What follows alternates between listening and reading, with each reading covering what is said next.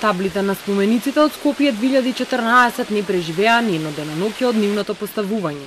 На споменикот Филип II, онаму каде што стоеше појаснување дека е дел од хеленската историја, денеска нема табла. Во меѓувреме таа на Александар Велики војна конј е повторно поставена. Оштетувањето остави последици, па засега таблата е поставена накриво.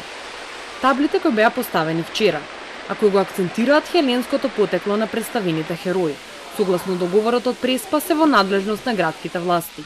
Од град Скопје за Телма велат дека ќе ги засилат надзорите на спомениците, затоа што во последно време нивното оштетување е честа појава.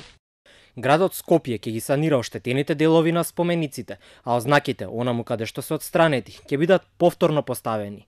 Спомениците се оштетени од непознати сторители и од тие причини не може да бидат изречени казни. Апелираме до граѓаните да не ги оштетуваат спомениците. Инаку во изминатите 2 дена символот на Вергина беше отстранет од шахтите во центарот на Скопје.